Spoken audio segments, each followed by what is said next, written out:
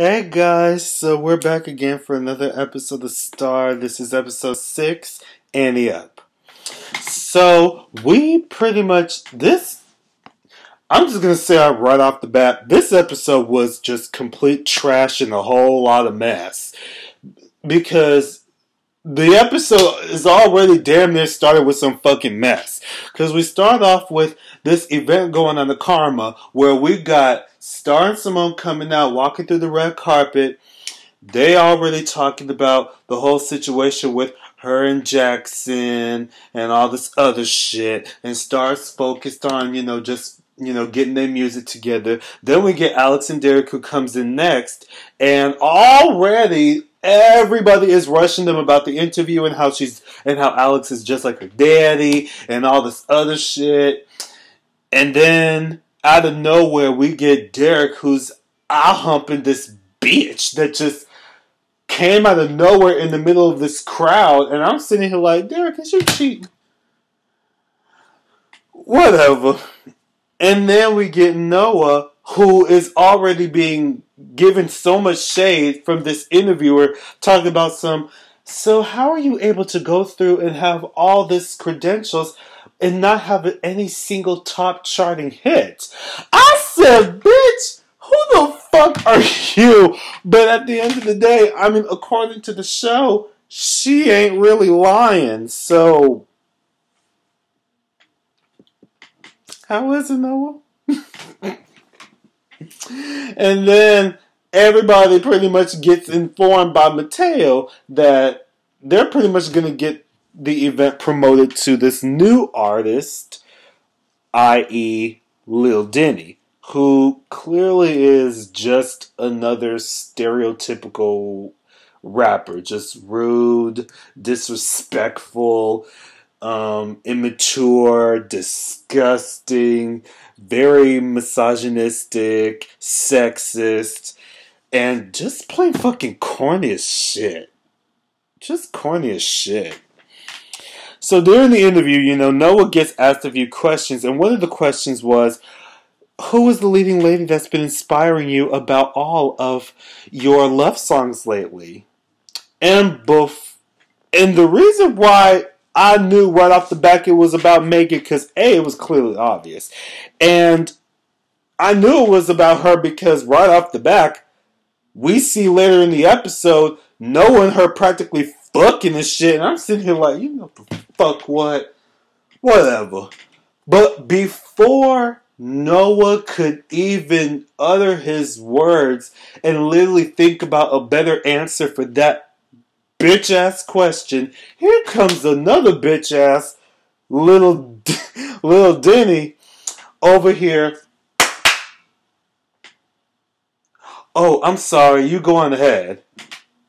Everybody was literally, it was just a mess. Like, I'm telling you, he was just being disrespectful, interrupting everybody's conversations and interview questions, especially when nobody ain't even asked him a single question, which I thought was funny.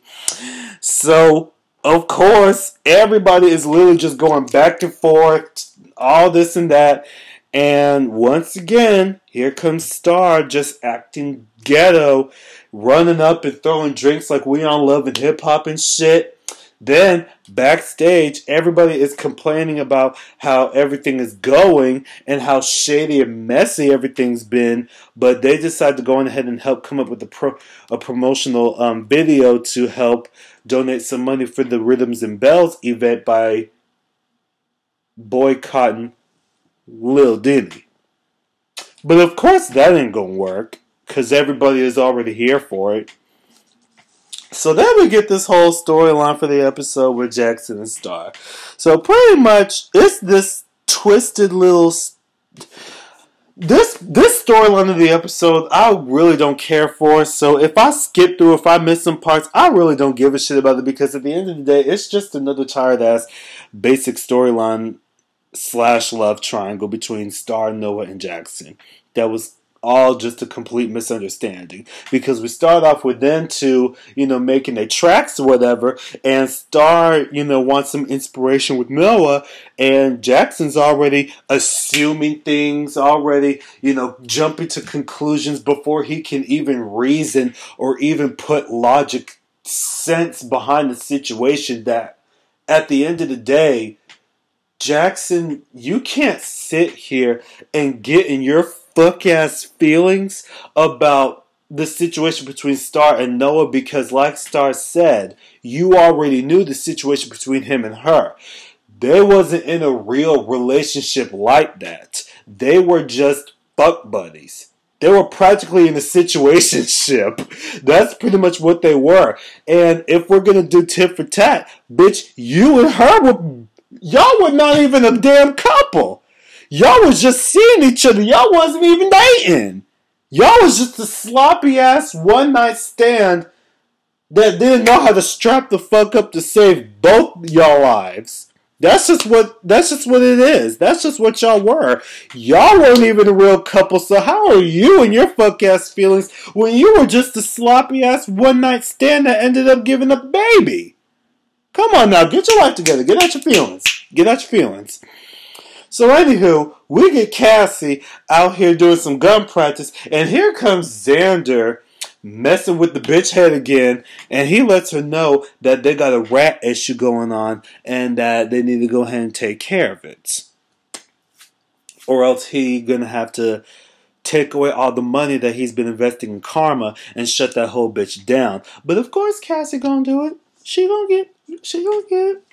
Then he comes up behind her and they end up kissing before she ends up shooting a few more rounds and says, "Good girl, my ass." Okay. Alright, whatever you say, Cassie. So later on, she ends up busting into Maurice's office, practically ripping his shirt open for wires because she already assumed that he might have been the one that was calling the cops on her. Because mind you, she already had explained that the feds was looking for her because somebody ratted her out about the situation between Hahil. So right off the bat, she assumed that it was Maurice. And they go back and forth about breaking trust and honesty. And Maurice had to let her know that at the end of the day, you really can't do anything to me because I'm already one step ahead of creating my own music empire. So you really can't do shit right now. So back the fuck up, bitch. Back up. So there's that. And then we get the whole thing with Miss Bruce and her fuck shit. Well, her cuteness, I will say. But we see her, coming into Noah's session while he in the studio with the lights turned off and shit, while he listening to his tracks, while he thinking about him and Megan fucking and shit like that. And,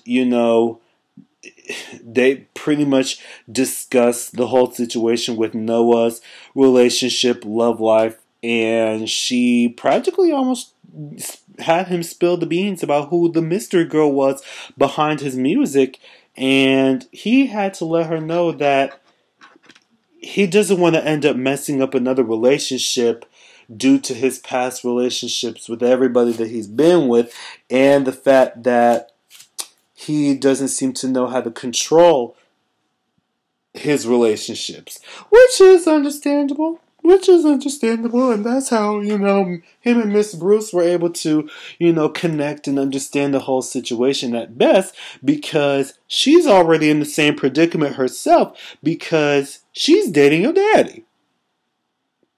She's dating your daddy.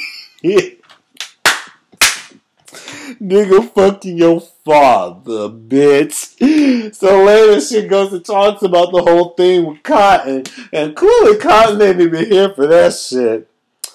And already I can tell throughout this whole episode, like Cotton is really on some Kill Bill type shit throughout this whole episode, because her vibe was like straight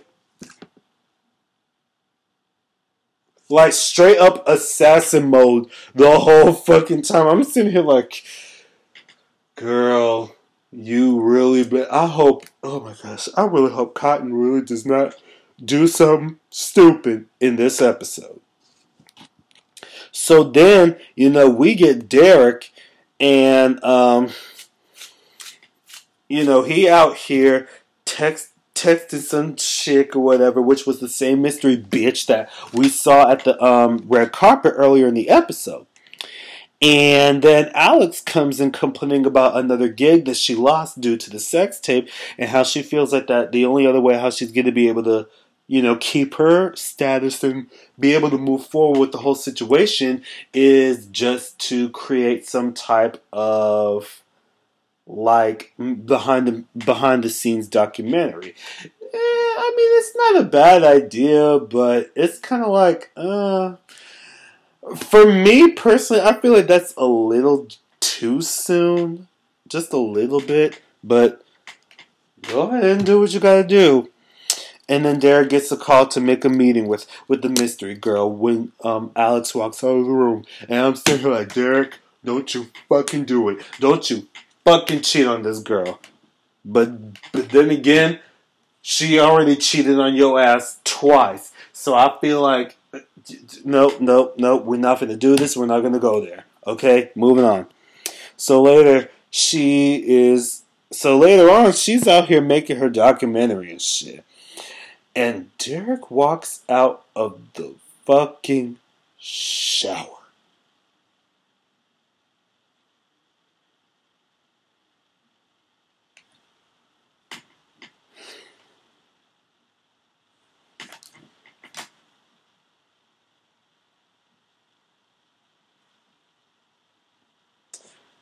Baby Quincy. Hey. Let's chat. Nigga, I'll follow you on Instagram and shit. Hey. How you doing? See, you got your... See how he's fucking with me and shit. Shit. I ain't even gonna lie. Even though you cheating on Alex right now, shit, nigga, I'll take care of you. Let me stop. I'm being nasty. But anywho. Oh, shit. So then we get Simone. She's meeting up with Nina, and she gets the news that, the movie is getting cut because the investors don't have enough money to help finance the whole thing since... Whew, chill.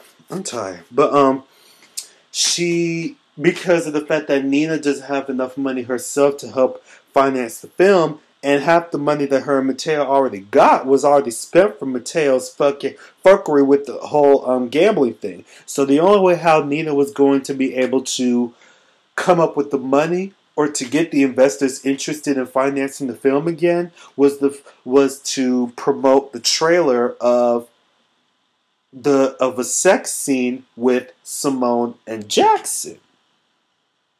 Simone clearly ain't here for it, but she eventually decides to go ahead and keep her gig. And honestly, I'm not even mad at her because when you really think about it, you got Alex. This whole thing really reminds me of the whole situation with the Braxton Family Values with all the sisters. They got their own thing outside of the Braxton Family Values. And then you got Tracy, who ain't got shit but the show. So that's what that whole thing was literally reminding me of. So I understood why Simone decided to go on ahead and keep through with this. So there's that. So meanwhile, the girls are on their way to a meeting about Lil Deanie. And Star lets Alex know that, she can use the sex tape to her advantage. Turn the sex tape into a positive. And then Simone tells Star about the movie and her and Jackson and shit. And clearly she don't give a shit about it. But wait until that scene comes out, girl. So then, the girls get confronted by Maurice about their beef with Lil Deanie. And this motherfucker ends up causing this fake ass apology about how, like, they're practically just going back and forth about their own definitions of what disrespecting a female is. And I'm sitting here like, you know the fuck what? I'm not big on this stuff, but at the end of the day, Lil Dini, you cannot sit here and tell me that the shit that you do is not complete. Like, that's just okay. You don't treat women like that. You don't do that shit. And that's why I really do not like his character, because he's just... Lil Dini's trash, okay? He should be a one-time character, that's it. And I already know he's going to be a one-time character because he really serves no motherfucking purpose just for this one goddamn episode. So, that's just what it is. So, of course, everyone has to let him know that he just needs to get right. So then we get back to Cassie. She comes home while Cotton is doing the dishes. And I'm sitting here like, girl, what the fuck is this? Because this is on some psycho type shit, because Cotton is already like doing the dishes and shit, and she picks up a knife from the sink, and Cassie tries to pull out a gun from her purse, and Jaden comes in trying to invite Cassie to come with them to get some pizza or whatever, but Cassie offers not to, and I'm sitting here like, oh my gosh, that whole moment went left had they pulled the weapons out. Child, I cannot. So then we get back to this scene with Jackson and how they still working on the damn track. It stars in her feelings about the movie, and then Noah shows up to the studio and all this shit, and now Jackson is really in his feelings and he leaves. So then, Star and Noah, they end up getting into this minor argument about relationships and shit like that.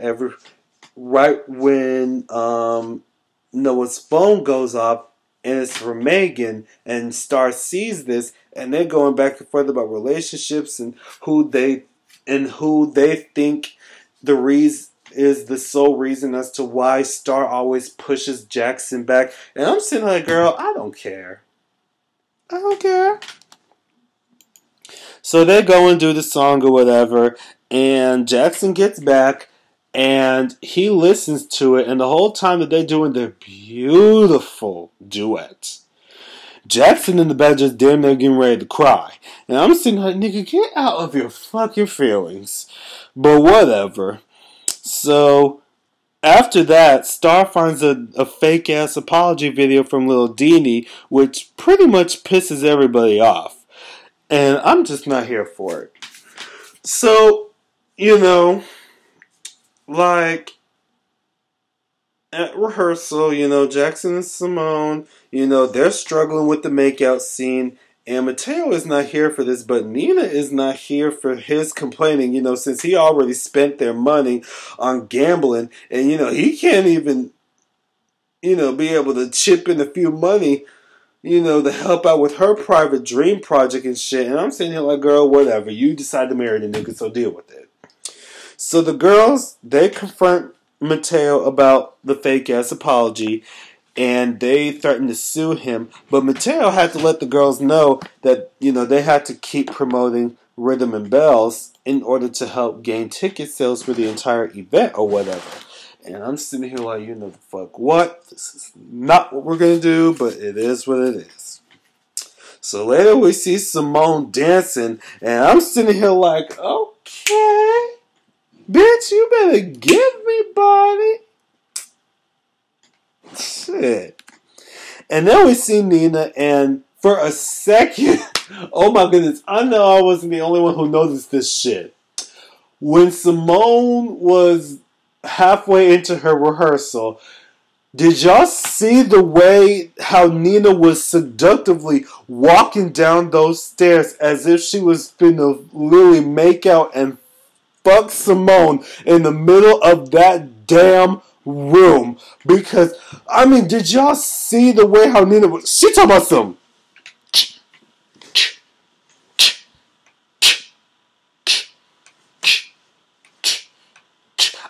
said, girl, what is going to happen here? What type of wild thing shit is this? So, you know, Nina pretty much comes in and she's already aware that Simone is nervous about the whole thing. So she tries to prompt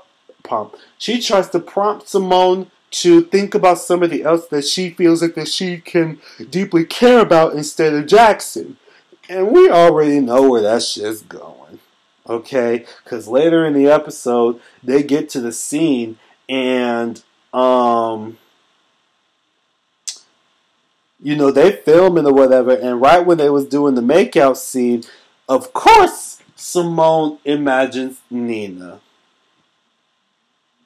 Bitch, I saw that coming the second that them two just met. Like, y'all made it so fucking obvious to the point where y'all were practically like slapping it in our faces that them two was gonna end up together. So, anywho, you know, so there was that, and you know, later on, you know, Nina has to congratulate Simone on her success of the scene. And, of course, Simone is going to spill the beans again to Nina about something. And she lets her know that the person that she was thinking about was her. And at this point, this shocked Nina so badly to the point where she looked like she was really finna go and walk up to her and really make out with her on the spot. I'm sitting here like, girl, we are not finna do this. And that's exactly what Simone was thinking. And she done walked out the studio. And I said, good girl, okay? Because, stop it, okay? We don't need to make this shit any more obvious than it already is, okay? We ain't got time for that. So then we get Megan, who shows up to Maurice's office about some flowers that he sent her, and you know he ends up battering his feelings to her about how he feels as if that she needs comfort at this moment, and how, you know, they're just going back and forth about how she feels as if that she keeps blocking him out because she refused to open up about the pain that they're dealing with since they lost their child, you know, a few years back or a year or whatever in the past, and that day is the anniversary, so it's already hitting her hard. So he tries to promise her the life that he's going to give her, and they end up kissing. So in walks Noah, and shit quickly turns left when Maurice punches the fuck out of his tooth, and Noah walks out. Okay. Mess, mess, and more mess. And mess on top of mess. That's all this is. So backstage before the event, you know, Noah walks in and Star wants to know what happened since she already saw the blood and shit like that. And Megan comes in to explain herself, but he don't want to hear her until she finally opens up about, you know, their daughter's death and how it was the anniversary. And Noah felt bad. And the fact that it sucks knowing that they practically lost a child, it's just like real fucked up.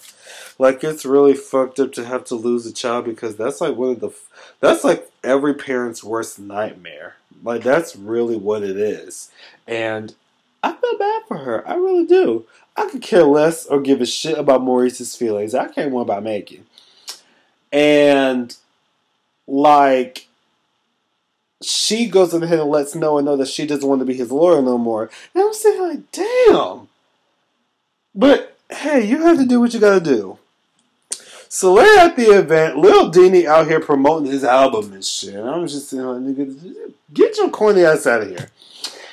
And the girls practically expose his ass. Like, I'm telling you, they don't spill so much tea on this nigga. I don't even know how they got the tea, but apparently they did. This nigga clearly is a fake ass gangster, and how his real name is Stephen Cardini, living with his parents in Bunkhead. Then they come for him with the new song, and I'm sitting here like, bitch, you better go the fuck up because that's exactly how you do it. All right, go ahead and write this boy off the show now. He already got his hour of fame, so go on, get him out of here. So that's the end of Lil Deanie, I hope. So then at home, everyone's having dinner, everyone's getting together and shit like that, and things are already getting heated between Cotton and Cassie and shit. But we'll get that in a minute. Before that, Alex finds a picture of Derek and the mystery girl. So later, she confronts him about it, and Alex is quickly judging him off of the lies that she's heard off from, her life. And he practically lets her, blow up by herself and shit, and she ends up having a severe panic attack. Come to find out, the mystery girl is actually a criminal informant that's working with him in finding out the guys who raped Miss Ruby, so clearly we can tell that he is seriously not letting this go. So there's that. Then we get Cassie and Cotton. Lord, this scene was so fucking intense because when Cassie walks in, Cotton pulls out a gun on her, and Cassie pretty much taunts her to pull the trigger, and how she feels as if that she deserves to die because she feels that she's the cause of all the negativity and the family cycle and all this shit. And she believed that Cotton is the only one who is strong and whole enough to help bring the family back together.